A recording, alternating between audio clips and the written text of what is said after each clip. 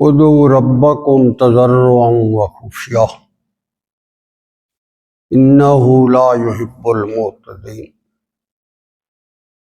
ولا تفسدوا فی الارض بعد اصلاحها وادعوه خوفا وطمعا ان رحمت اللہ قریب من المحسنین اللہم سبحانک لا علم لنا الا ما علمتنا انک انت العلیم الحکیم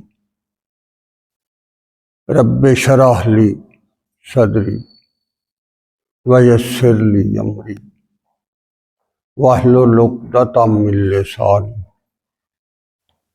یفقہوا قولی رب زدنی علما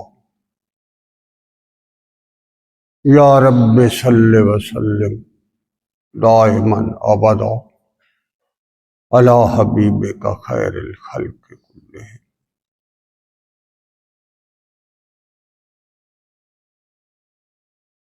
واجب الاحترام جناب چیئرپرسن، معزز اساتذہ کرام و خواتین و حضرات، اللہ تبارک و تعالی کی طرف سے انسان کے ساتھ بحیثیت خالق رابطے کا ایک جو انتہائی پاکیزہ، مؤثر، مؤثر، مفصل اور مقدس ترین ذریعہ ہے، وہ اس کا ذاتی کلام۔ کلام جو ہے اس کے اندر انسانیت کے لیے ایک بہت بڑا عظیم الشان پیغام ہے، اور اس پیغام کی وائٹیلٹی اور امپورٹنس جو ہے وہ خود اللہ نے اس کلام میں بیان کی ہے کہ اگر یہ کلام میں کسی پہاڑ پر نازل کرتا ہوں، لو انزلنا ھذا القرآن علی جبل لرأیتہ خاشعا متصدعا من خشیۃ اللہ، یہ پہاڑ جو ہے وہ ریزہ ریزہ ہو، وہ اس کی تاب نہ لا سکتا،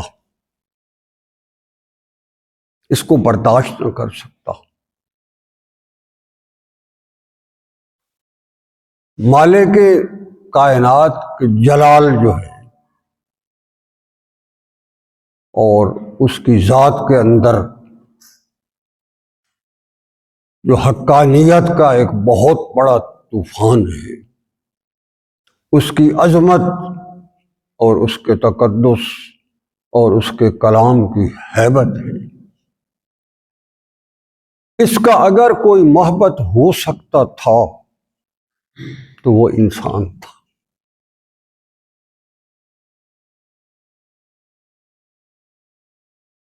اس لیے اللہ تبارک و تعالی نے انسان کو اپنے کلام کے لیے منتخب فرمایا، اور اس سے بھی عجیب تر بات یہ ہے کہ جس ہستی کو اپنے اس پاک کلام کی امانت سونپی ہے، اس ہستی کو اس نے ساری کائنات میں سے مختلف اور انفرادی انداز میں تخلیق فرمایا۔ انبیاء کرام کی ایک شان یہ ہوتی ہے کہ ان کی تخلیق کے خمیر میں کوئی آلودگی، کثافت، گناہ کا کوئی شائبہ یا صدور ذنب کا کوئی امکان نہیں، اور پھر اس سے بھی عجیب تر بات یہ ہوتی ہے کہ اللہ تبارک و تعالیٰ نے اپنے اس کلام کا جو محور بنایا ہوتا ہے وہ بھی انبیاء کے قلوب کو بنایا ہوتا ہے۔ آپ صلی اللہ علیہ وآلہ وسلم کی تو حیات طیبہ کا ایک ایک لمحہ اس قدر مقدس اور پاکیزہ ہے کہ اس کی قسم اللہ نے خود قرآن میں کھائی، العمرک، میرے محمد صلی اللہ علیہ وسلم آپ کی عمر کی قسم، کسی اور انسان کی عمر کی قسم اللہ نے نہیں کھائی، صرف ایک ہستی کی کھائی۔ یعنی آپ صلی اللہ علیہ وآلہ وسلم کی ہر حرکت، ہر قول، ہر فعل، زندگی کا ہر لمحہ، ہر قدم، ہر سانس اس قدر مقدس اور پاکیزہ ہے کہ اس کی قسم رب کائنات نے کھائی۔ مگر پھر بھی یہ کلام جب آیا ہے تو اللہ نے فرمایا ہے فَإِنَّهُ نَزَّلَهُ عَلَىٰ قَلْبِكَ، میرے محمد صلی اللہ علیہ وآلہ وسلم یہ کلام ہم نے آپ کے قلب پر نازل کیا۔ تو انسان کا جو یہ قلب ہے اس کے اندر ایک کائنات بسائی ہے اللہ نے، اور اس کائنات تک رسائی جو ہے یہ تصوف ہے،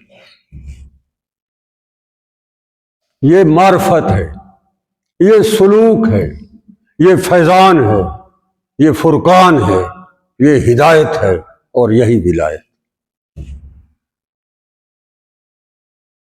تو کہتا ہے ہم نے آپ کے دل پر یہ خزانہ ہم نے واقعہ ہے۔ اسی لیے صوفیاء کرام اور مشائخ اعظام اس قلب کو صرف قلب نہیں کہتے، وہ لطیفہ قلب کہتے ہیں۔ لطیفہ، لطیف، الطف، نفیس، نازک۔ تو اللہ کی ذات کے ساتھ جو نسبت کا قائم کرنا ہے اور اس کی ذات کے اندر جھانکنا ہے اور اس کے ہم نشینی کا ایک ارادہ اور خواہش کا اندر سے جنم لینا ہے اور اس کی حضوری سے لطف اندوز ہونا ہے، اس کے حصول کا نام تصوف۔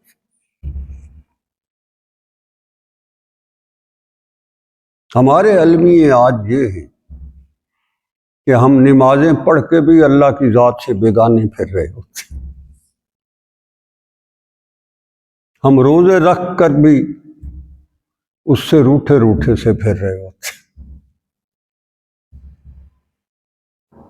ہم حجے کر کے بھی وہاں جا کر صفا مروہ بھی دوڑ کر وقوف عرفات بھی کر کے طواف زیارت بھی کر کے کروڑوں کی تعداد میں جانوروں کو بھی ذبح کر کے سارا کچھ کر کے، مگر ہم اللہ کی ذات کے ساتھ نسبت قائم نہیں کر سکتے۔ اس نسبت کو وہ ہمارے ساتھ قائم کرنا چاہتا، یہ ہمارا علم۔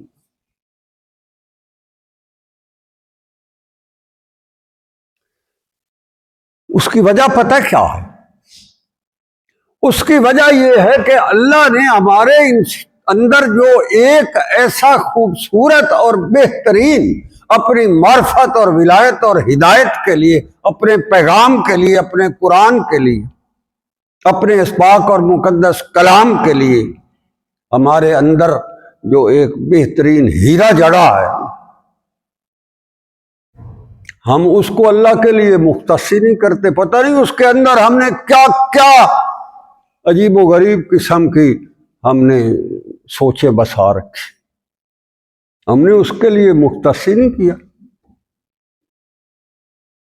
ہم اس کو اس کی ذات کے لیے سپیئر ہی نہیں کرنا چاہ رہے، تو پھر بات کیسے بنی؟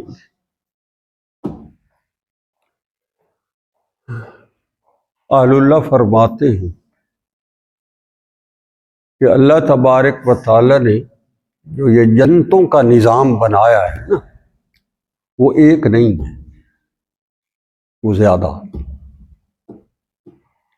جس کا تذکرہ قرآن کریم میں بار بار ملتا ہے وہ جنت تو عالم خلد کی جنت ہے۔ وہ تو جب وہاں جائیں گے تو جن کی قسمت میں اللہ مقدروں میں دے گا وہ وہاں پائیں گے، وہ تو وہاں جب جائیں گے تو ہوگا۔ اسی طرح قبر جو ہے وہ بھی اس کے بارے میں حدیث مبارکہ ہے کہ یا جنت کے باغوں میں سے ایک باغ ہے اور یا جہنم کے گڑھوں میں سے ایک گڑھا ہے، او کما قال رسول۔ وہ تو جب اس جہان سے ہم چلے جائیں گے تو پھر پتہ لگے گا بھائی ہم جہنم کے گڑھے میں آئے ہیں یا جنت کے باغوں میں سے ایک باغ۔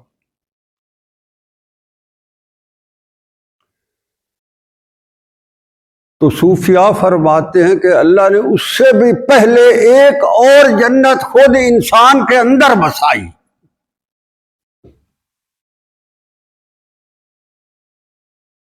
اور جب وہ جنت کے اندر باغ و بہار جنم لیتے ہیں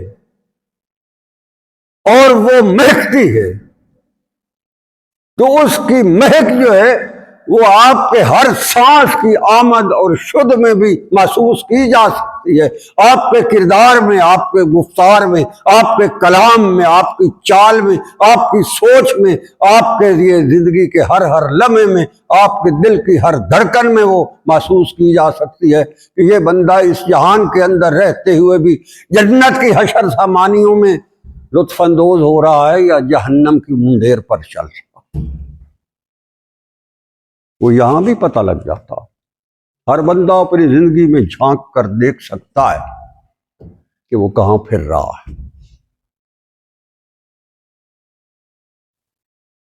مگر یہ اس قدر نفیس اور نازک اور اس قدر یہ کوئی خفیہ معاملہ ہے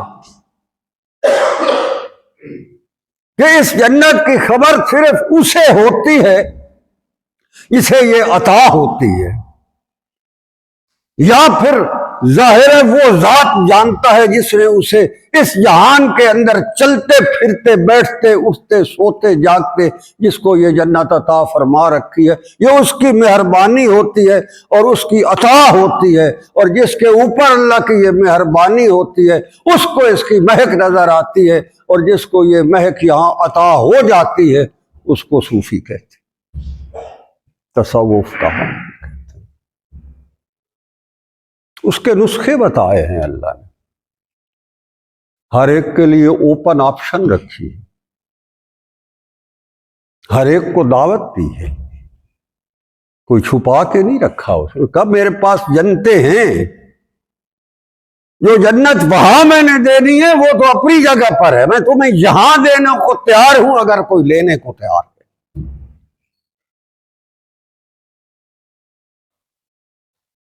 عام آدمی جب تجھے دیکھے گا تو تجھے عام انسان سمجھے گا، مگر تیرے دل کے اندر ہم نے ایک ایسا جہان قائم کر رکھا ہوگا کہ تیرے دل کی ہر دھڑکن اور تیرے سانس کی ہر آمد اور رفع جو ہے اس کا کنٹرول میرے پاس ہوگا، میرے نام پر تیری دھڑکنیں دھڑکا کریں گی، میرے نام کی مہک کے ساتھ تیرے سانس آیا جایا کریں گے، اور اس کے نتیجے میں تیری زندگی کا ہر لمحہ میں یہاں رہتے ہوئے تجھے جنت بنا۔ وہ نسخہ ہے جو اللہ نے یہاں بیان فرمایا ہے۔ میں نے کہا نا یہ معاملہ ایسا عجیب ہے، یہ ایک زندگی کا انعام ایک ایسا منفرد ہے، یہ بظاہر آپ کو نظر نہیں آئے گا، مگر اندر خانے جھانکنے سے پتہ لگے گا کہ روئے زمین کے خزانے اللہ نے اس کے دل کے اندر اڑے، اور اس خزانے کے دروازے جو اب کھلتے ہیں تو وہ کیسے کھلتے ہیں؟ وہ کہتا ہے ادعوا ربکم تضرعا وخفیہ،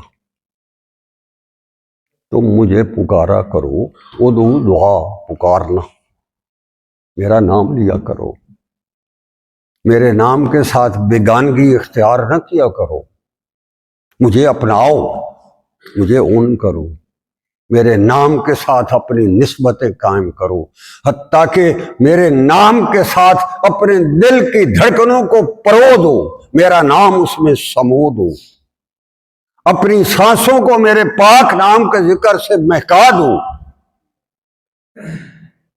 اور یہ معاملہ ایسا ہو کہ جب ساری دنیا اپنے اپنے کاموں میں بھاگی پھر رہی ہو تو تیرا اور میرا اس حد تک رابطہ قائم ہو جائے کہ تیرا جب دل دھڑکے تو اس میں میرا نام آئے، تیرا جب سانس نکلے تو اس میں میرا نام آئے۔ جب تیری اور میری یہ نسبت قائم ہو جائے گی تو اس کے بعد تیری اور میری محبت کا باب شروع ہوگی۔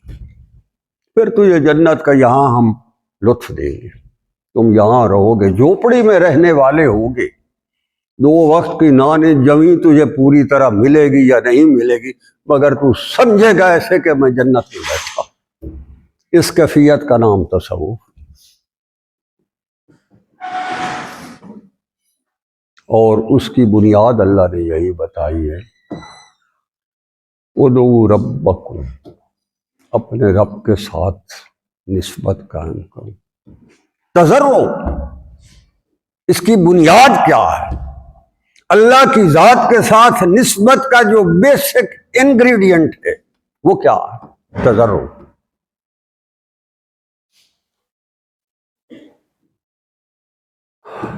یہاں بڑی مار کھاتے ہیں ہم۔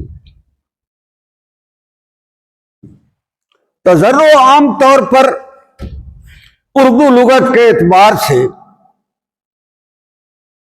ہم اس کو گڑ گڑانا بھی کہہ دیں، آپ عاجزی کہہ دیں، سبمیشن کہہ دیں، سبجوگیشن کہہ دیں، مگر جو اس کا مدعا ہے اس لفظ کا، اس آیت کے لفظ کا، قرآن کا ایک اعجاز یہ بھی ہے کہ جب آپ آیت پڑھتے ہیں ان میں ان لفظوں کا چناؤ اور پھر اس کی ترتیب میں جڑاؤ اور پھر اس کے معنی کا نکھار اور اس میں رب کائنات کا مدعا اور محمد رسول اللہ پر نازل ہونے کی منشا کیا ہے، یہ اس لفظ تک پہنچنے کی اصل حقیقت ہوتی۔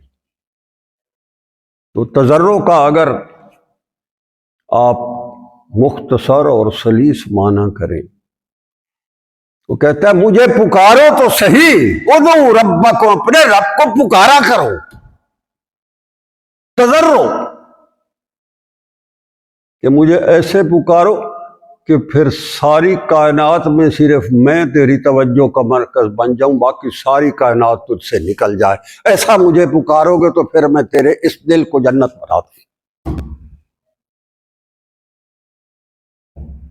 ادعوا ربکم تضرع۔ اور پھر دوسرا کہتا ہے خفیہ۔ خفیہ تو عام فہم لفظ، تیری اور میری جب یہ کمٹمنٹ چلتی ہے جو دل سے اٹھتی ہے اور دل کی آواز بنتی ہے اور پھر عرش سے ٹکراتی ہے، تو مجھے پتا ہوتا ہے کہ تو جو میرے نام کا ذکر کر رہا ہے اس کے اندر تضرع ہے یا نہیں ہے، یا صرف دکھاوا ہے۔ اگر تیرے اندر تضرع ہے اور خفیہ ہے تو بالکل اس چیز کو کوئی اپنی ذات کی پروجیکشن کے لیے نہیں کر رہا، لوگوں کو دکھانے کے لیے متقی نہیں بن رہا، کوئی دنیاوی مفادات کا اسیر ہو کر تو میرے ساتھ نسبت کی محبت کی پینگیں نہیں بڑھا رہا۔ کہتا مجھے پتا ہوتا۔ تو اگر یہ سارے میں اخلاص ہوگا تو اللہ کہتا ہے پھر تیری اور میری محبت کی داستان کا باب رقم ہو جائے گا، پھر چل پڑیں گے۔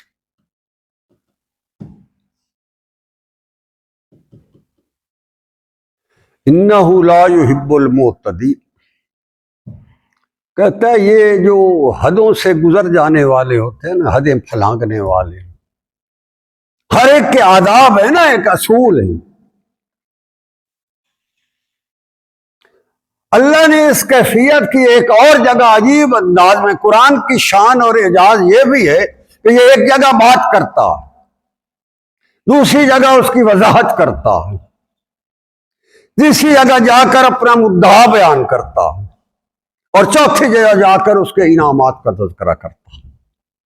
بڑی عجیب اس کلام کے اندر وسعت ہے۔ اس نے آپ صلی اللہ علیہ وآلہ وسلم کے لیے فرمایا ہے وَاصْبِرْ لِحُکْمِ رَبِّکَ، میرے محمد صلی اللہ علیہ وآلہ وسلم آپ ذرا رکیے، میری طرف دیکھیے، میری سنیے، میرے حکم کا انتظار کیجیے، میرے بن کر رہیے۔ اس جہان میں جہاں میں نے آپ کو جلوہ افروز کیا ہے وہاں آپ رہ رہے ہوں، مگر میرے بن کر رہ رہے ہوں۔ اس کا نام ہے وَاصْبِرْ لِحُکْمِ رَبِّکَ، اپنے رب کے حکم کے پابند ہو کر رہو۔ اس پابندی کو اپنے اوپر نافذ کرنے کا نام ذکر اللہ ہے۔ جب آپ اللہ اللہ اللہ اللہ کرتے ہیں، اس میں عاجزی ہوتی ہے، اس میں تضرع ہوتا ہے، اس میں خفیہ پن ہوتا ہے، اس کا نتیجہ یہ ہوتا ہے کہ پھر آپ اللہ کی رضا اور محمد رسول اللہ کی اتباع کے علاوہ زندگی کا کوئی تصور نہیں کر سکتے، پھر آپ ان حدود سے نکل نہیں سکتے۔ اللہ کہتا ہے آپ میرے ہو کر ہیں، وَاصْبِرْ لِحُکْمِ رَبِّکَ فَإِنَّكَ بِأَعْیُنِنَا، میرے محمد صلی اللہ علیہ وآلہ وسلم پھر آپ کا کیا ہوگا؟ پھر آپ تو میری آنکھوں کے سامنے ہوا کریں۔ ابھی اللہ کی تو ساری کائنات ہے، وہ تو ہر ایک کو دیکھ رہا، وہ تو ہر ایک کی سن رہا ہے، اسے تو پتا ہے اس کائنات کا پتا بھی اس کی مرضی کے بغیر نہیں ہل سکتا۔ وہ تو کہتا ہے ان اللہ خالق الحب والنوا، تو یہ جو تم زمین کے اندھیرے کے اندر ایک بیج کا دانہ پھینکتے ہو، اس کو پھٹا کر اس میں سے کوپل نکال کر زمین کی سطح پر میں لاتا ہوں۔ وہ تو یہ کہہ رہا ہے، اسے بے آیوننا، اس کے آگے تو سب کچھ ہے۔ اصل پتہ کیا ہوتا ہے؟ کہتے ہیں جب آپ اللہ کی ذات کے ساتھ اس حد تک انوالو ہو جاتے ہیں کہ اپنا سب کچھ اٹھا کر اس کی ذات کے آگے رکھ دیتے ہیں، اپنے آپ کو بالکل اس کے آگے ڈال دیتے ہیں، جیسے کہ آپ صلی اللہ علیہ وآلہ وسلم کی حدیث مبارکہ کے الفاظ ہیں، اللہ ہم نے اپنی گردنیں تیرے آگے ڈال دی ہیں۔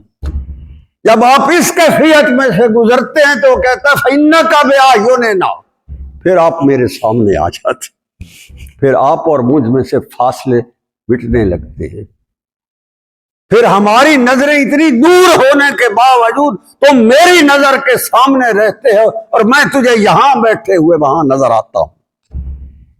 اس کیفیت کا نام ولایت اور تصوف ہے، اس کی ابتدا ہے ذکر اللہ۔ مجھے لوگ پوچھتے ہیں یہ ذکر اللہ جو نہیں کرتے ان کا کون سا کوئی کاروبار ٹھپ ہو جاتا ہے، ان کا کون سا کوئی نقصان ہو جاتا ہے؟ یہ جو اتنی دنیا کلمہ ہی نہیں پڑھی، انہیں اللہ کے نام سے ہی پتہ نہیں، 1 ارب سے اوپر آبادی تو دہریوں کی آبادی ہے، ان کا ساری دنیا نہیں چل رہی، سارا کچھ ان کا چل رہا ہے، یہ چلے گا جب تک وہ چاہے گا، مگر اس کے بعد کیا ہوگا؟ جب عبدالآباد میں آئے گا پھر کیا ہوگا؟ تو وہ کہتا ہے تم یہاں جب میرے ساتھ نسبت قائم کرو گے تو پھر فَإِنَّكَ بِأَعْیُنِنَا وَسَبِّحْ بِحَمْدِ رَبِّکَ حِینَ تَقُومُ، پھر تیری زندگی کے ہر لمحے، ہر حال، تیرے سونا، تیرا جاگنا، تیرا اٹھنا، تیرا بیٹھنا، تیرا چلنا، تیرا بات کرنا، یہ سارا کچھ جب میرے لیے ہو جائے گا تو پھر تیری اور میری دوستی کا ایک عجیب مزہ ہوگا۔ اس کو یہ عطا ہوتی ہے، اللہ کہتا ہے یہ اس کے لیے جیتے جہان میں جنت، یہ جنت۔ تو کہتا ہے ہم نے یہاں بھی تمہارے اندر بھی جنتیں بسا رکھی ہیں، مگر تم بیگانے ہو، تمہیں پتہ نہیں۔ کہتا ہے فَإِنَّكَ بِأَعْیُنِنَا وَسَبِّحْ بِحَمْدِ رَبِّکَ حِینَ تَقُومُ، پھر تم میرے ہو کر رہو گے حِینَ تَقُومُ، زندگی کے ہر لمحے، تم جب اٹھو گے، جب جاگو گے، جب سو گے، جب بات کرو گے، جب تم کھانا کھاؤ گے، جب تم چلو گے، تیرے قدم چلیں گے مگر تیرے دل کی دھڑکنیں میرے پاس۔ اس کیفیت کے حصول کا نام سلوک اور معرفت ہے، معرفت کہتے ہیں، معرفت یہ ہے۔ اسی کے حصول کے لیے تاریخ تصوف میں آپ نے دیکھا لوگوں نے عمریں کھپا دی، بادشاہتیں تج کر دی، چھوڑ دی، مگر تاریخ تصوف میں ایسا کوئی واقعہ نہیں ملے گا کہ کسی نے یہ چھوڑ کر دنیا کی بادشاہت لے لی، یہ نہیں۔ اس لیے کہ جو یہاں جنت میں رہتا ہے، بھلا یہ جنت چھوڑنے کو کس کا دل کرے گا؟ ہم یہاں سارا کچھ، نمازی صاحب، حاجی صاحب، سارا کچھ، تہجتی صاحب، ماتھے پر محراب بھی ہوگا، سب کچھ ہوگا، مگر اندر خانہ خالی ہوگا، اس لیے کہ اندر تو ہم نے اللہ کی ذات کے ساتھ تعلق قائم ہی نہیں کیا۔ تو وہ کہتا ہے اگر قائم کرنا ہے تضرعا و خفیہ انہ لا یحب المعتدین، جو اس میری حدود سے نکلتے ہیں مجھے پسند نہیں ہے۔ آپ دنیا کے ارب پتی بن جائیں، اللہ کو پسند نہ آئیں اور اس کے حضور حاضری ہو، وہ آپ سے کلام کرنا بات پسند نہ کرے، دیکھنا پسند نہ کرے، اس سے بڑی محرومی اور کیا ہو؟ کیا فائدہ اس ساری دنیا کی اتنی زر و جواہر کا، جو حشر کے دن اللہ کی ذات جو رب کائنات ہوگا، جہاں ساری انسانیت کھڑی ہوگی، جہاں آپ صلی اللہ علیہ وآلہ وسلم کی ہر امتی پر نظر ہوگی، اللہ عرش پر متمکن ہوگا، آپ صلی اللہ علیہ وآلہ وسلم مقام محمود پر جلوہ افروز ہوں گے، ہر بندہ فردن فردن اللہ کے حضور کھڑا ہوگا، اور اگر اللہ نے وہاں بیگانگی کا معاملہ فرمایا تو اس کا کیا ہوگا؟ اسی لیے اللہ نے ایک جگہ پاک کلام میں فرمایا قد خسر الذین کذبوا بلقاء اللہ، روئے زمین کا سب سے زیادہ گھاٹے والا بندہ وہ ہے جو حشر کے دن میری ملاقات کے ادراک سے بے بہرا ہے، اس سے بڑا بے وقوف دنیا میں اور کوئی، اس کو بڑا گھاٹا ہو بلقاء اللہ، جو میری ملاقات کے ادراک سے محروم پھر رہا ہے۔ تو وہ کہتا ہے میرے بنو ادعوا ربکم تضرعا وخفیہ، چپکے چپکے میرے ساتھ اپنا تعلق بناؤ، اپنے دل کی دھڑکنوں میں مجھے سماؤ، میرے نور کو اپنی زندگی کا اوڑھنا بچھونا بناؤ، فسبح بحمد ربک حین تقوم، جو اللہ نے فرمایا فإنک بأعیننا، میری ہر لمحہ اور ہر آن حضوری ایسی ہو کہ تیری زندگی کا کوئی لمحہ ایسا نہ ہو جس میں میرے حکم کی چھاپ اور محمد رسول اللہ کی اتباع کی چھاپ نہ ہو۔ جب تیری یہ زندگی بنے گی تو تیری میری دوستی چل پڑے گی۔ اسی کی بنیاد کا نام ذکر اللہ۔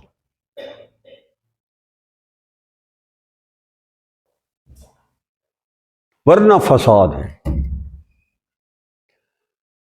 مجھے تقریباً 20 کی تعداد میں لوگوں کے میسیجز آتے ہیں، وائس میسیج آتے ہیں، باتیں کرتے ہیں، وہ کہتے ہیں جی ہم نماز پڑھ رہے ہیں، ہم جی تہجد پڑھتے ہیں، میں جی روز اتنے وظیفے میں گننے شروع کروں تو وہ وظیفے میرے وہم گمان میں بھی نہیں ہوتے، پتہ نہیں کہاں سے لے آیا یہ، پڑھ پڑھ کے وہ کہتا ہے جی میں تھک لت، مگر میرا کوئی مسئلہ ہی نہیں سیدھے ہوتے۔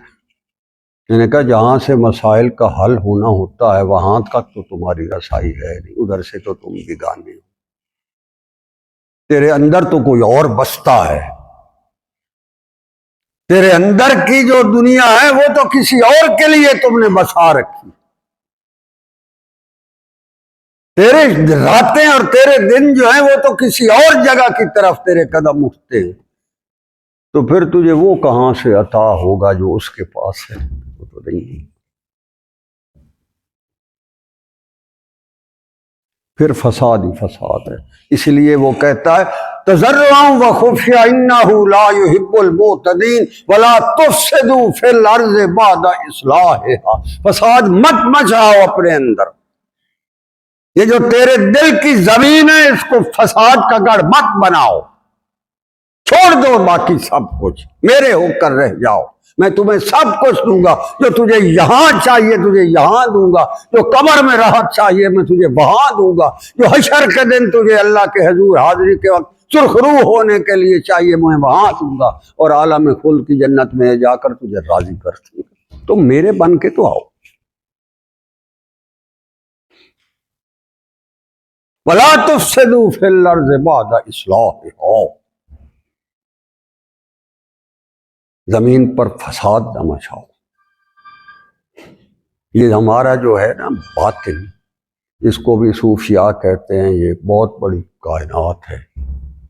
میں نے عرض کیا نا شروع میں، اللہ تبارک و تعالیٰ نے انسان کے اندر بھی ایک جنت بسا رکھی، اسی کی آباد کاری کا نام تصوف اور سلوک ہے۔ اسی نسبت کے قائم کرنے کا نتیجہ جو ہے یہ معرفت و ولایت و ہدایت ہوتی ہے، باقی فساد ہے سارا۔ ایک صحابی فرماتے ہیں یہ جو جنگل کے اندر درخت کے گھونسلے پر کسی چڑیا کے بچوں کو انڈوں کو گلہری کھا جاتی ہے، یہ بھی کسی بندے کے اعمال بد اعمالیوں کے فساد کا نتیجہ ہوتا ہے، جس کا خمیازہ وہ چڑیا بھگت رہی ہوتی۔ ظہر الفساد فی البر والبحر بما کسبت ایدی الناس، قرآن نے کہا روئے زمین پر جہاں بر و بحر میں کوئی فساد مچتا ہے اس کے پیچھے انسان کی بدعمالیاں اور اللہ کی ناراضگی۔ اللہ کہتا مت فساد مچاؤ میری زمین پر، میرے ہو جاؤ۔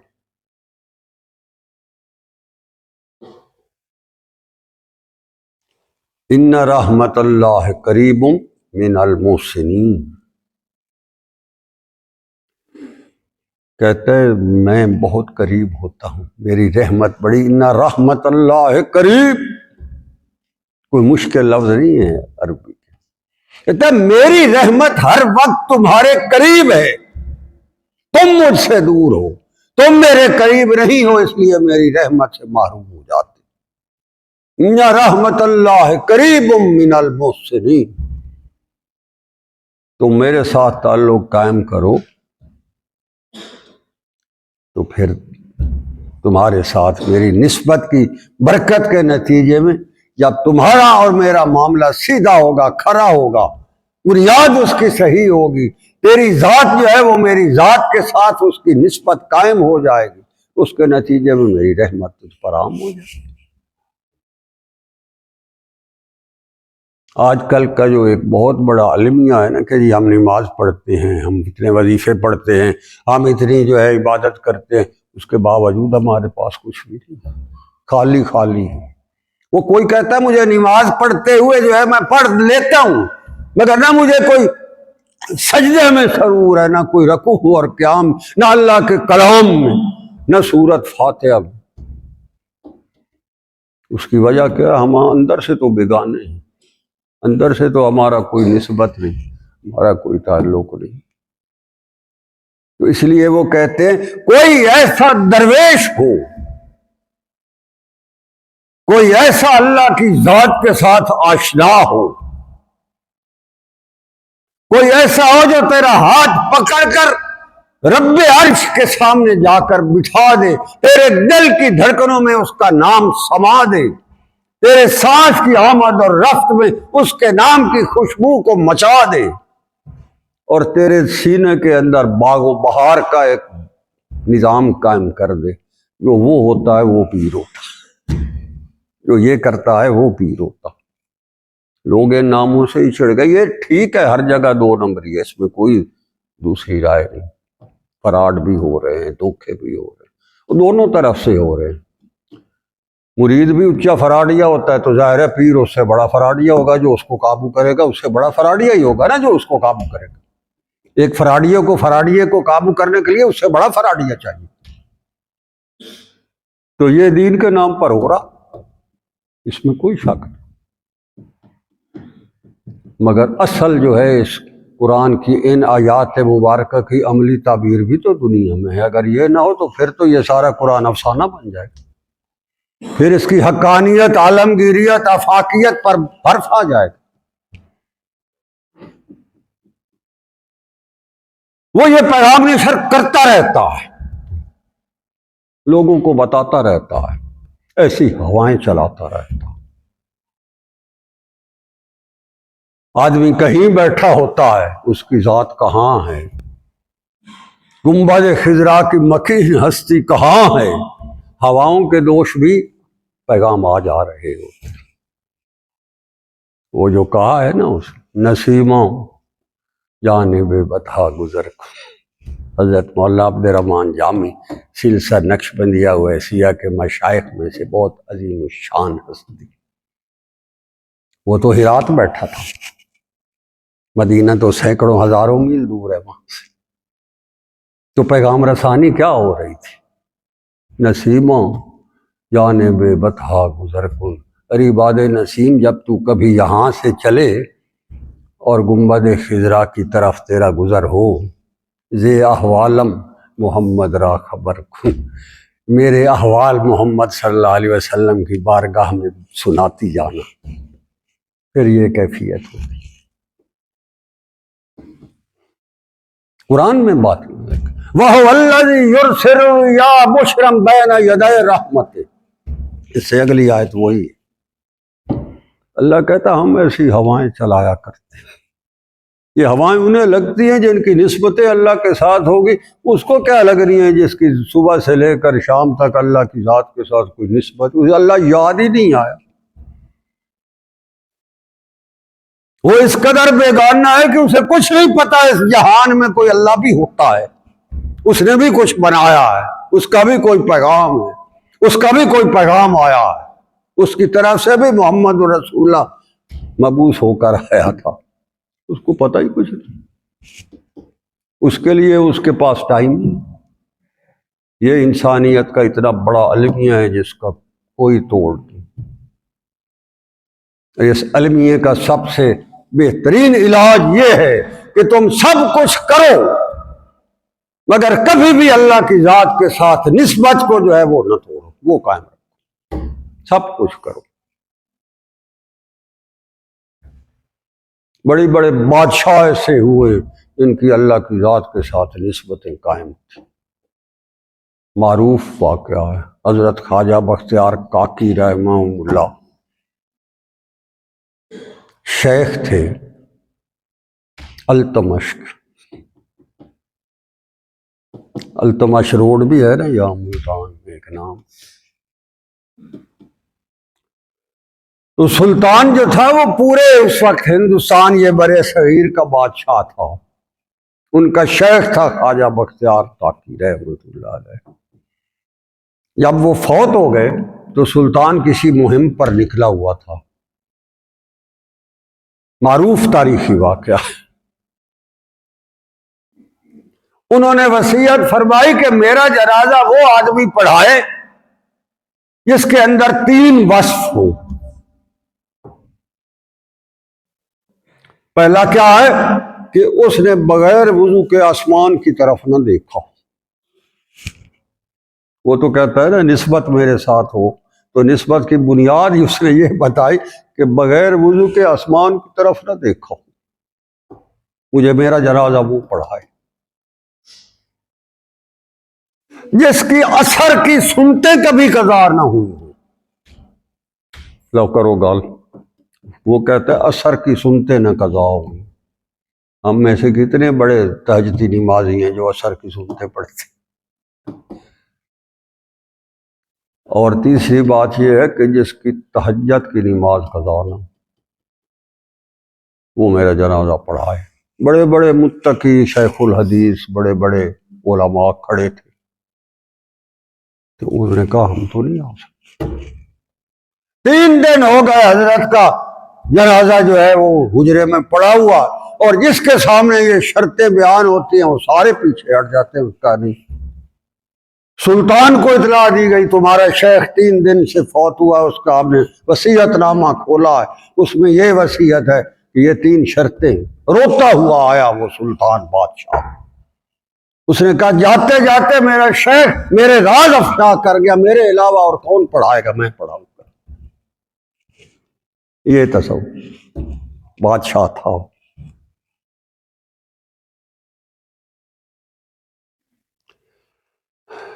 میں اس لیے کہہ رہا ہوں کہ یہ بادشاہت بھی جو ہے جب اس کے نام پر کی جاتی ہے تو اس بادشاہت کے مزے آتے ہیں۔ ہم تو نہ ادھر کے رہے نہ ادھر کے رہے، ہمارے پاس کیا ہے؟ کچھ بھی نہیں۔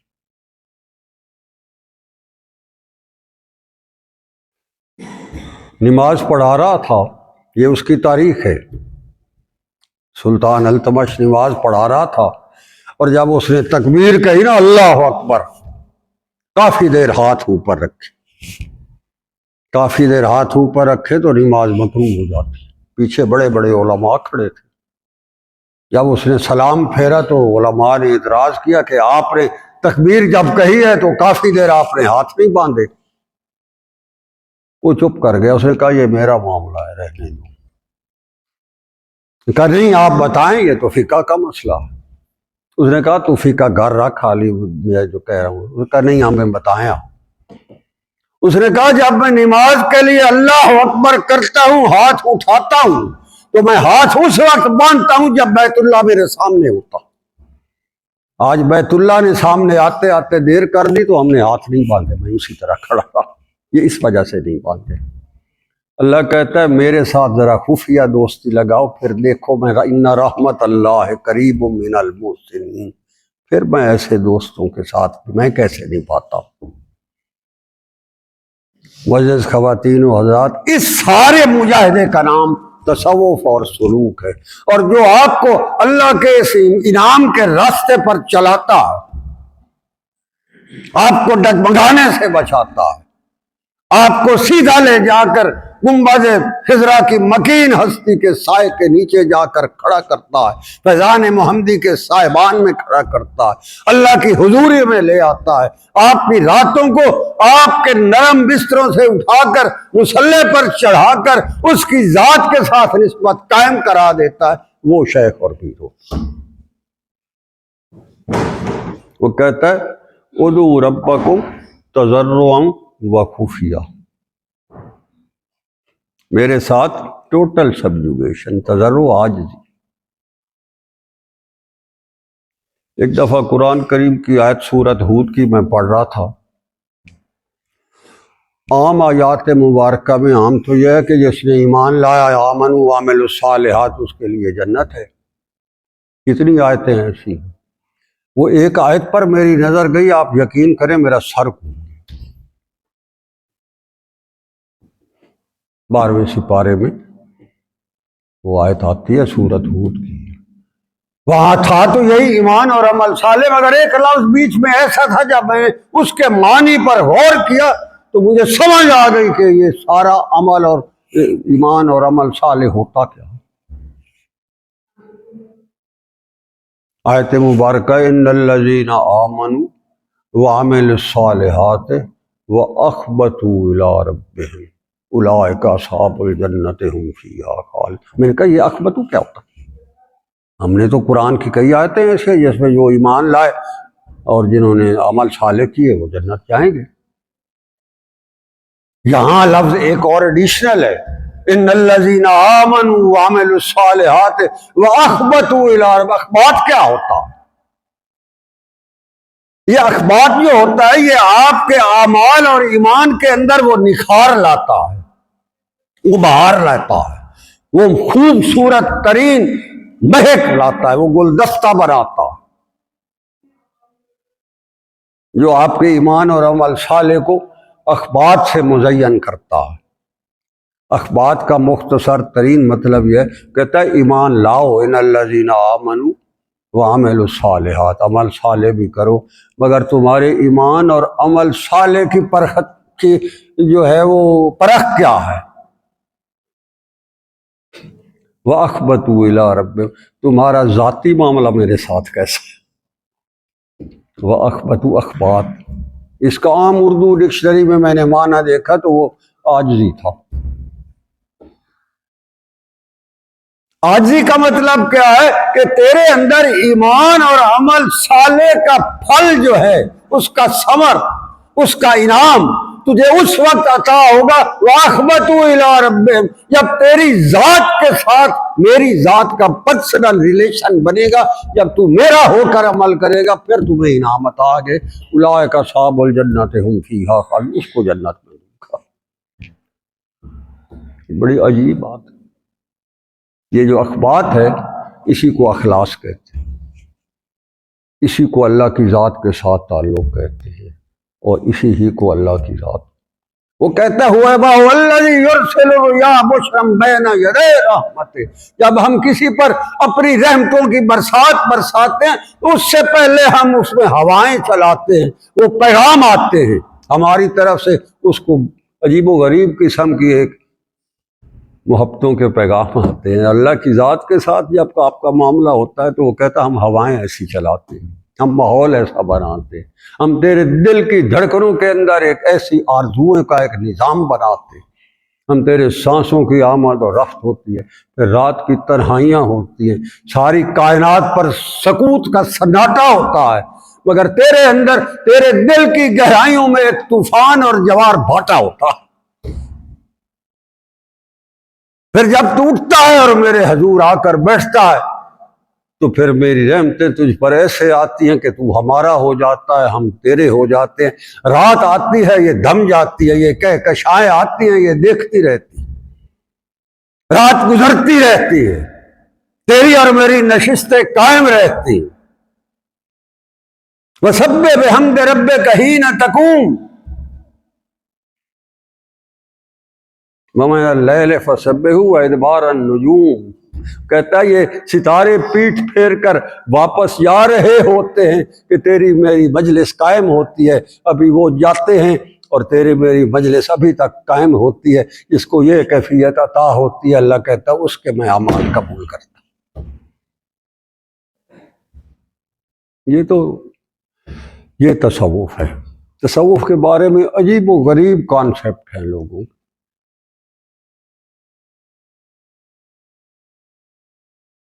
وہ جو ایک بزرگ تھے تو انہوں نے کہا جی میں تصوف میں اب بڑا، ان کے ایک شاگرد نے کہا آپ مجھے خلافت دیں۔ انہوں نے فرمایا خلافت تو میں دے دیتا ہوں مگر میری دو نصیحتیں ہیں۔ کیا نصیحتیں ہیں؟ انہوں نے کہا ایک تم اللہ نہ بننے کی کوشش کرنا اور ایک رسول اللہ صلی اللہ علیہ وسلم نہ بننا۔ وہ تو بیچارہ پریشان ہو گیا، اس نے کہا حضرت یہ آپ نے کیا فرمایا؟ اللہ کیسے کوئی بن سکتا ہے؟ یہ کوئی سوچ سکتا ہے؟ یہ تو کفر ہے۔ اس نے کہا یہ ہے تو کفر، مگر جب تمہیں یہ سارا کچھ عطا ہوتا ہے تم یہ سمجھ بیٹھتے ہو کہ اب سارا کچھ وہ ہو جیسے میں چاہتا ہوں، مجھے کوئی تکلیف نہ ہو، کوئی پریشانی نہ ہو، مجھے کوئی مشکل پیش نہ آئے، جو میرے سے ناراض ہو اس کا منکر ٹوٹ جائے، جو میرے سے خوش ہو میں اس کے ساتھ پھرتا۔ کہ یہ صرف اللہ کی ذات ہے، یہ اس کی شان ہے کہ جو وہ چاہتا ہے وہ ہوتا ہے، کوئی اور بندہ ایسا دعویٰ نہیں کر سکتا۔ اس لیے جتنے بھی نیک بن جاؤ کہیں اللہ کی طرف بننے کی کوشش نہ کر۔ جو اللہ کا بنتا ہے اس کے اندر تو عاجزی، حلم، برداشت، تواضع، محبت، شفقت، اس کی تو یہ ہے۔ تو جس کے اندر اس ذکر اللہ کے نتیجے میں آپ کی شخصیت کے اندر ریفارمیشن کے مثبت پازیٹیو ٹریٹس آ رہے ہیں، اس کا مطلب ہے آپ کو تصوف اللہ کے ساتھ معاملہ نسبت بڑھ رہی ہے۔ اگر اور فرعونیت آ رہی اور آپ کے ساتھ اور جو ہے عجیب و غریب قسم کے آپ کے خیالات ہو رہے ہیں، بڑا کچھ ہو رہا، اور آپ کے اندر کوئی عجیب و غریب ٹونے ٹوٹکے کے لیے شیطان اور نفس کی آمیزش کے ساتھ کوئی اس طرح کے عملیات کے نتیجے میں جو ہے آپ کے اندر سے کوئی جنجیریں نکل رہی ہیں اور کوئی زبان سے گولیاں نکل رہی ہیں، اس کا مطلب یہ ہے کہ ابلیسیت آپ پر عروج پر آ۔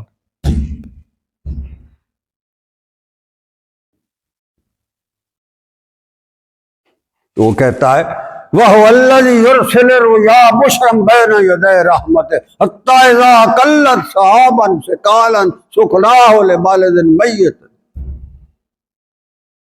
کہتے ہیں جب پھر ہم کسی پر رحم کرتے ہیں تو ہم ایسے بادل چلا دیتے ہیں، ہم ایسی ہوائیں چلا دیتے ہیں جو ہماری رحمتوں کو اٹھا اٹھا کر ہم اس پر ادھر ہانک دیتے ہیں، جہاں وہ ہوتا ہے ہم اس پر برسا دیتے ہیں۔ ہماری رحمت جب رات کو اس پر برستی ہے تو اس کے نتیجے میں اس کو اس دنیا میں ہی جنت نظر آ جاتی ہے۔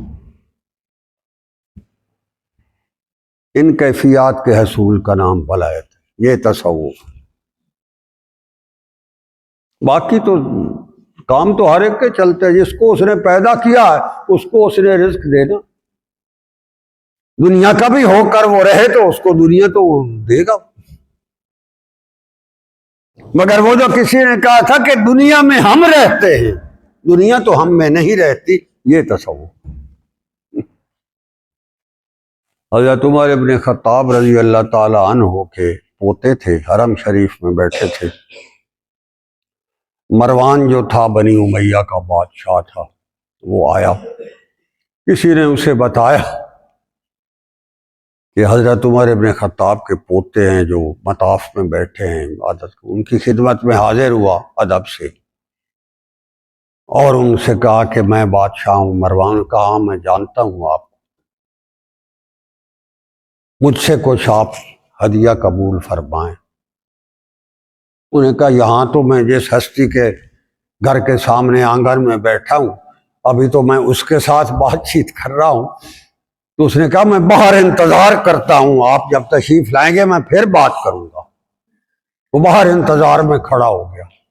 جب باہر انتظار میں کھڑا تھا تو حضرت باہر تشریف لائے، تو اس نے پھر آگے ہو کر عرض کی حضرت مجھ سے کچھ قبول فرمائیں، میں آپ کے انتظار میں کھڑا ہوں، میری خواہش ہے، میرا شوق ہے۔ تو آپ نے ارشاد فرمایا یہ بتاؤ مروان، میں تجھ سے کیا مانگوں، دین مانگوں کہ دنیا مانگوں؟ تجھ سے تیرے پاس کیا ہے مجھے دینے کو، دین مانگوں یا دنیا مانگوں؟ تو مروان نے کہا حضرت میرے پاس دین کا کیا ہونا ہے، وہ تو آپ کے پاس ہے، میرے پاس تو صرف دنیا کے وسائل ہے، فرمائیں تو کوئی درہم دوں، کوئی دینار دوں، کوئی سونا دوں، کوئی چاندی دوں، کوئی رتبہ دوں، کوئی عہدہ دوں، کوئی زمین دوں، کوئی پلاٹ دوں، کیا دوں آپ؟ تو اس ہستی نے فرمایا اللہ کی قسم، اس کے دربار سے میں اٹھ کر آ رہا ہوں، میں نے آج تک دنیا تو اس سے نہیں مانگی جس نے دنیا بنائی ہے، تجھ سے کیا دوں؟ یہ قلبی کیفیت، یہ تصوف اور ولایت اور معرفت اور سلوک اور احسان اور فیضان اور فرقان، اسی کا حصول زندگی ہے، اور اسی کے لیے اس جہان کے اندر اللہ نے مسلمان کو بنایا، اسی لیے یہ قرآن نافذ فرمایا۔ آپ کا کیا خیال ہے، یہ صرف کوئی عربی دانی کا مظاہرہ تھا جو اللہ نے فرمانا تھا؟ اتنا بڑا جو نظام ہدایت چلا ہے، کوئی سوچ سکتا؟ کہاں سدرۃ المنتہا پر جبرائیل ہے، کہاں لوح محفوظ ہے، کتنا پہروں کا انتظام ہے،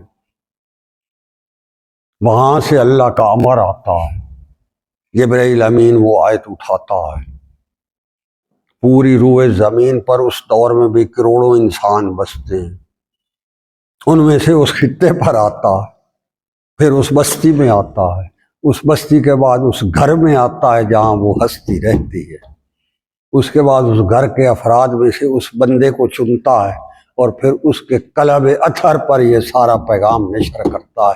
آپ کا کیا خیال ہے، یہ ہیوائل ایکسرسائز تھی؟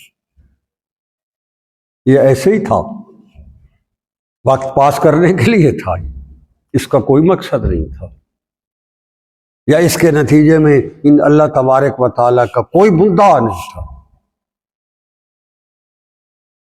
آج کے مسلمان کا المیہ یہی ہو چکا ہے، آپ بڑے بڑے دانشور کو کہیں، وہ کہے گا جی اسلام کا پیغام تو آج ہے ہی امپریکٹیکیبل، یہ تو قابل عملی، گویا افسانہ۔ اور قرآن کا پیغام کی آپ سورۃ فاتحہ کے بعد پہلی آیت پڑھے تو وہ کہتا ہے ذالک الکتاب لا ریب فیہ، اس میں تو ریب ہے ہی، وہ کیا کہہ رہا ہے اور ہم کیا سمجھ رہے ہیں؟ تو جب یہ فاصلے ہوں گے تو ہماری نمازیں کس کام؟ وہ کہتا ہے ایمان اور عمل صالح کے بعد وَأَخْبَتُوا إِلَىٰ رَبِّهِمْ، اخبات دکھاؤ، میرے ساتھ نسبت دکھاؤ، میرے ساتھ تعلق دکھاؤ، مجھے اپنے باطن کے اندر جھانک کر جو میں نے تیرے اندر ایک جنت بسائی تھی اس کی بہار دکھاؤ، ہے نہیں، پھر میرے ساتھ بات کرو، پھر تیرے لیے جنت ہے، اولئک اصحاب الجنت ہم فیہا خالدون۔ معزز خواتین و حضرات، انسان اللہ تبارک و تعالیٰ کی سب سے منفرد ترین قابل تکریم مخلوق ہے۔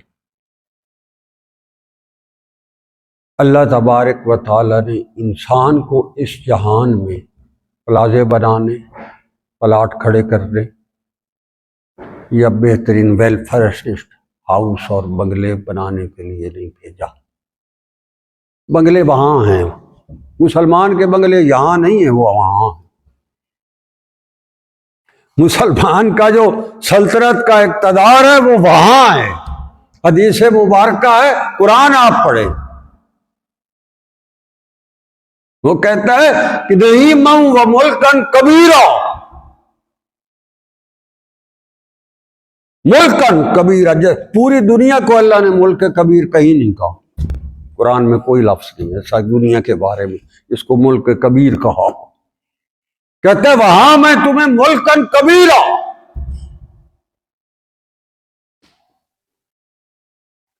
حدیث مبارکہ ہے کہ سب سے جو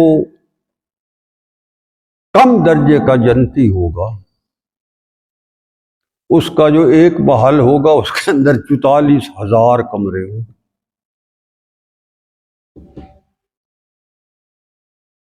میں نہیں آج تک بڑے تو بڑے امیر آدمی کا سنا جی دے گھر کے 44,000 کمرے ہو، جس کے 4 بیڈ روم ہم کہتے ہیں بگ ہاؤس۔ تو پھر یہاں سر مارنا ضرور اچھی بات ہے یا وہاں کی کاش وہاں جانا؟ تو کوئی بندہ یہاں بیٹھ کر وہ کام کرے جہاں اس کو کم سے کم ہو۔ تو اس لیے فرمایا جہاں ایک بندے کی سلطنت ختم ہوگی وہاں دوسرے جنتی کی سلطنت شروع ہوگی۔ نعیما و ملکن کبیرا، بڑا ملک دوں گا۔ اعتبار کر جاؤ، مان جاؤ، یہ بات قرآن کی آیت ہے، وہ کہتا ہے اس میں ریب نہیں ہے، میں دوں گا۔ تو اس کا حصول جو ہے یہ کیوں ہم لیں گے؟ اس لیے کہ یہ اللہ کے انعام اور رضا کا مظہر ہے۔ صوفیاء کہتے ہیں جنت کے حصول کے لیے بھی جو سارے اعمال کرتا ہے وہ بھی مشرک ہے۔ میں کروں گا، ایسے قول ہیں ان کے کہ جو نمازیں پڑھتا ہے نا اور پھر کہتا ہے مجھے جنت مل جائے، وہ صوفیاء کہتے ہیں مشرک ہے۔ اس لیے نماز پڑھ رہا ہے کہ مجھے جنت مل جائے، اگر کسی اور حوالے سے یا ہیلے سے اس کو مل جاتی تو پھر وہ کرتا، نماز تو نہ پڑھتا۔ اس کا مقصد جب جنت کا حصول ہے تو پھر جنت لینے کے لیے وہ کرتب کرتا جو وہاں ہوتا ہے۔ نماز تو پھر اگر اس کو وہاں تو وہ نہ پڑھتا، کیونکہ اس کا مقصد نماز پڑھنا تو نہیں، اس کا مقصد تو جنت میں جانا۔ جنت کسی اور بھی ہیلے سے مل جاتی تو وہ کرتا، اس لیے وہ بھی مشرک ہے۔ ایسی حدیث مبارکہ بھی ہے جہاں اللہ نے فرمایا نا وعد اللہ المؤمنین والمؤمنات جنات تجری من تحتها الانہار خالدین فیہا ومساکن طیبۃ فی جنات عدن ورضوان من اللہ اکبر۔ وہ کہتے ہیں جنت سے بھی بڑی تو ایک اور کیفیت ہے، رضوان من اللہ اکبر۔ اس کی شرح حدیث شریف میں بڑی عجیب ہے۔ جب سارے جنتی وہاں کھڑے ہوں گے نا اور اس کے حضور مجلس لگے، عجیب سا ماحول، جنت جوبن پر ہوگی، تو اللہ فرمائے گا حل رضیتم، حدیث کے کیا تم مجھ پر راضی ہو؟ تو ساری مخلوق ہے اللہ اس سے بڑی تو ہمارے تو تصور میں بھی نہیں تھا کہ جنت کیا ہوگی۔ ہم تو اپنے الفاظ میں، اپنے دماغ سے، اپنی سوچ سے ہم تو اندازے لگا رہے تھے، مگر یہاں کر دیکھا تو یہ تو پتہ نہیں کیا چیز بنا دی تم نے ہمارے، بھلا اس پر بھی ہم راضی نہیں ہوں گے تھے اور کس پر؟ اللہ پھر فرمائے گا حل اوتیک افضل من ذالک، اس سے بڑی چیز بھی کوئی چاہیے تم؟ اس سے بڑا بھی میرے پاس بہت کچھ ہے دینے کو، چاہیے تمہیں؟ وہ حیران رہ جائیں گے، اللہ اس سے بڑھ کر اور کیا؟ وہ اللہ فرمائے گا رضوانی ما اسخط اللہ بعدہ ابدا، میں تجھ پر اتنا راضی ہوں اور میری رضا جب تجھے عطا ہوگی، تجھے جنت بھول جائے گی، میں تجھے وہ دینے چلا ہوں، یہ جب میری رضا ہوگی تو پھر تم سابرا کچھ بھول جاؤ گے۔ آج کے بعد میری رضا کے علاوہ تمہیں یہاں جنت میں اور کچھ نہیں ملے گا، یہ میری سب سے بڑی عطا ہے۔ اللہ کہے گا تیری اس رضا پر تو یہ خربوں جنتے اب قربان کرنے کو تیار ہے۔ اب ہمیں پتہ چلا تیری رضا کیا ہو، وہ تو جنتے قربان ہو گئی۔ یہ حدیث شریف، تو اس لیے میں نے عرض کیا نا ان الذین آمنوا وعملوا الصالحات واخبتوا الی ربہم، یہ اخبات ہے۔ اولئک اصحاب الجنۃ هم فیہا خالدون، اس کے پاس بہت کچھ ہے دینے کو، اس کی کیا حیثیت ہے؟ یہ تو جب وہ مٹانے پر آئے گا، اس کا امر آئے گا تو وہ کہتا ہے کلمہم بالبصر، تیری آنکھ کی جھپک میں دیر لگ سکتی، اس ساری کائنات کو اڑانے میں مجھے دیر نہیں، میں اس سے بھی پہلے ہوا، تو کیا فائدہ اس کا؟ ارے وہ کام کرو جس کے نتائج دور رس ہوں، عبدالآباد تک ہوں، جس کی نعمتیں بڑھتی ہی چلی جائیں، اور اس کی بنیاد کیا ہے؟ وہ کہتا ہے ادعوا ربکم تضرعا وخفیا، میرے ساتھ نسبت قائم کرو میرے نام کے ساتھ، نہایت خفیہ، چپ کے تیری میری دوستی لگتی رہے، بڑھتی رہے، ہر شام آئے تو تیرا میرا دوستی کا مقام کچھ ہو، اور جب وہ صبح آئے دوسری شام آئے تو کہیں کا کہیں ہو، تیرے اور میرے درمیان فاصلے مٹ جائیں۔ یہ سارا کچھ جو ہے اللہ نے اس لیے انسان کو بنایا۔ نیابت کیا ہے؟ خلافت کیا ہے؟ ملائکہ نے اسی بات پر تو حیرانی کی تھی، وَإِذْ قَالَ رَبُّكَ لِلْمَلَائِكَةِ إِنِّي جَاعِلٌ فِي الْأَرْضِ خَلِيفَةً، میں تو ایک خلافت نیابت بھیج رہا ہوں۔ انہوں نے جب انہوں نے کہا یہ تو فساد کی جڑیں کریں گے، اس کا تو کوئی پتہ، کیونکہ جنوں کو دیکھتے تھے نا وہ فسادی تھے۔ قَالَ إِنِّي أَعْلَمُ مَا لَا تَعْلَمُونَ، میں جانتا ہوں تمہیں نہیں پتہ یہ کیا ہے۔ یہ ایسے درویش ہوں گے جب وہاں بیٹھ کر یہ رات کی تنہائیوں میں میرا نام لے گے تو عرش سے لے کر فرش تک کے راستے مٹا دیں گے، فاصلے مٹ جائیں گے۔ اس کی اور میری جب محفلیں لگیں گی، میں تو اس لیے بنا رہا ہوں۔ تو بھائی عرض یہ ہے کہ ہمارا معاملہ اللہ کے ساتھ کھڑا نہیں۔ الحمدللہ ہم مسلمان ہیں، قرآن پر ہمارا ایمان ہے، اسلام پر ہے، کلمہ بھی پڑھتے ہیں، ٹوٹی پھوٹی نمازیں بھی جو ہم سے بن سکتی ہیں ہم پڑھتے ہی ہیں، روزے بھی آ رہے ہیں وہ بھی رکھ لیں گے، تھوڑے بہت سارے چاہے رکھ لیں گے، مگر یہ ہے کہ ہمارا معاملہ تو سیدھا ہونا، فیصلہ تو اس پر ہوگا۔ ہم ان کاموں کے پیچھے پڑے ہوئے جن کے فیصلے ہو چکے۔ انسان کی زندگی اور موت کا فیصلہ ہو چکا، کب اس نے مر جانا طے۔ آپ جتنے مرضی سپلیمنٹس کھا لیں، جب اس کا امر آئے گا تو چلے جاؤ، یہ طے ہے۔ رزق کا معاملہ طے ہے، ہاں اس کے حضور حاضری کے وقت عبدالآباد کی کامیابی یا ناکامی اس کے لیے آپ کی فکر ہونی چاہیے، چونکہ اس کا فیصلہ وہاں ہونا، باقی تو ہو گیا۔ یہ سارے ادراکات اور یہ اللہ کے پیغامات اور آپ صلی اللہ علیہ وآلہ وسلم کے فرمان اور فرمودات جو ہیں یہ تب سمجھ آتے ہیں جب آپ کی نسبت اللہ کی ذات کے ساتھ بہترین ہو، پھر سمجھ آئے گی کہ یہ قرآن کیا کہتا ہے، نماز کے اندر انسان کہاں ہوتا ہے، جب وہ کہتا ہے ہاتھ باندھ کر نظریں جھکائے گردن نیچی کیے، وہ الحمدللہ رب العالمین کے الفاظ ادا کرتا ہے، تو اگر نسبت ہوگی تو اس کی کیفیت جب وہ دیکھے گا تو ساری ساری رات تھم جائے گی، وہ یہی پڑھتا رہے گا۔ کتنے صحابہ ایسے تھے جو ایک آیت کی تکرار پر ساری ساری رات جو ہے وہ دہراتے لگ جاتے،